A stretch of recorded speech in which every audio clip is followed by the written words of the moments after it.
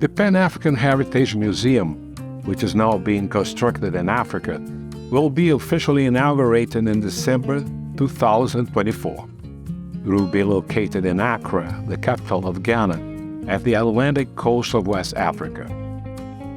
The museum aims at keeping and exhibiting 250,000 African pieces of artifacts, and the diaspora will be fully represented by its arts, culture, history, culinary, fashion, and herbs world, according to the founder and president of the Pan-African Heritage Museum, Professor Kojo Yanka. The museum, the first devoted to the African origin and civilizations, will show the history, arts, culture, science, religions, and technology of ancient Africa, since the first civilizations up to contemporary Pan-Africa. Abena Busia is a Ghanaian writer, poet, feminist, lecturer, and diplomat. Ambassador, thanks for your presence here. Welcome to Rio de Janeiro, the marvelous city. Thank you for the invitation. So I'd like to give you a general view of Brazil in the Afro-diasporic terms. So Brazil is the largest African country outside Africa, something like half of Brazilian population, something around more than 100 million people, people of African descent, different levels. Brazil was the main destination for enslaved Africans in the Americas. The estimates go from starting 4 million up to 5 million. And it was the last country in the Americas to abolish slavery in 1888, 2 years after Cuba, and more than 20 years after the United States. And of course, we have a strong presence of the African culture here in Brazil, both in religious terms, in culture, in music, and food, and everything. So what did you know about Brazil before coming here? Well, I knew all of that. You know, it's interesting because I am a scholar of the African diaspora. I had not really studied South America. You know, my work was concentrated within Africa and, of course, the United States and the Caribbean, especially the Anglophone Caribbean. But there's a sense in which if you're a Black person interested in the diaspora, you know Brazil. You know the centrality of Brazil and its importance. You know the music.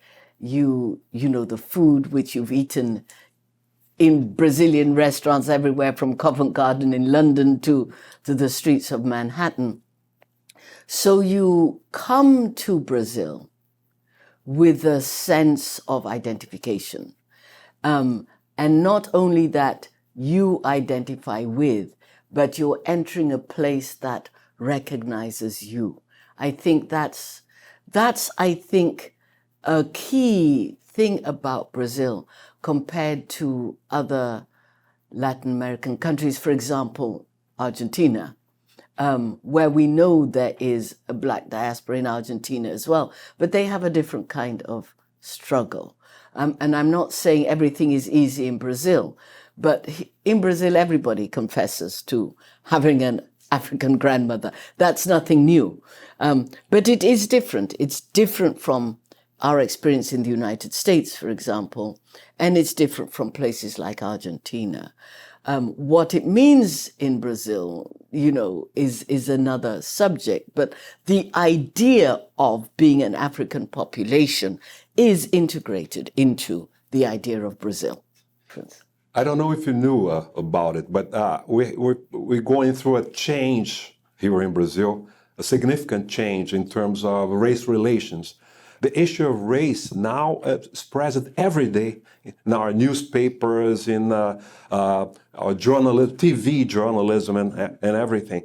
Everybody now speaks about it. And it's, of course, it's bringing more consciousness about the issue of race, about the problems of racism and everything.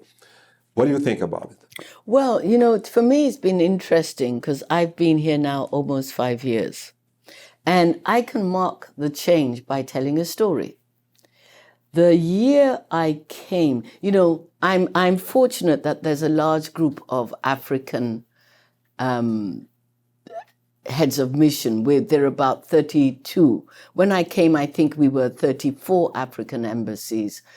2 have been displaced, as it were, not closed, but their ambassadors are no longer resident.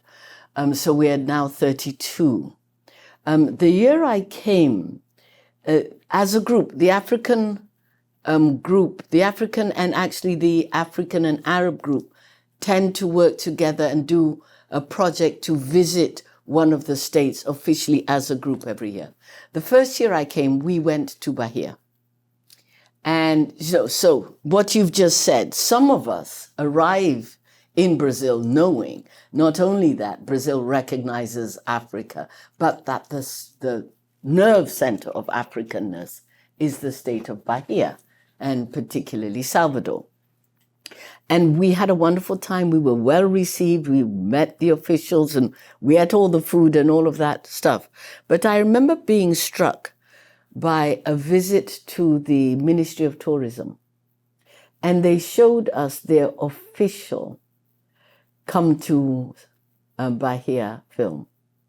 And I was very upset because it was a Bahia of come snorkel, come swim, come enjoy everything. An oblique reference to our history, but very oblique.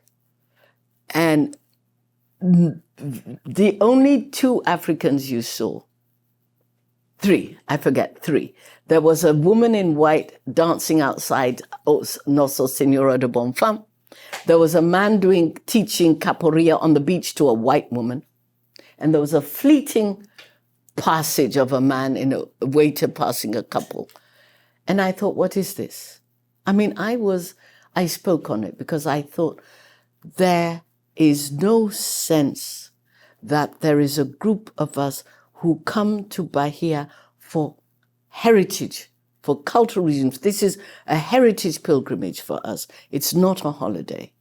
No sense of that whatsoever. Fast forward 4 years.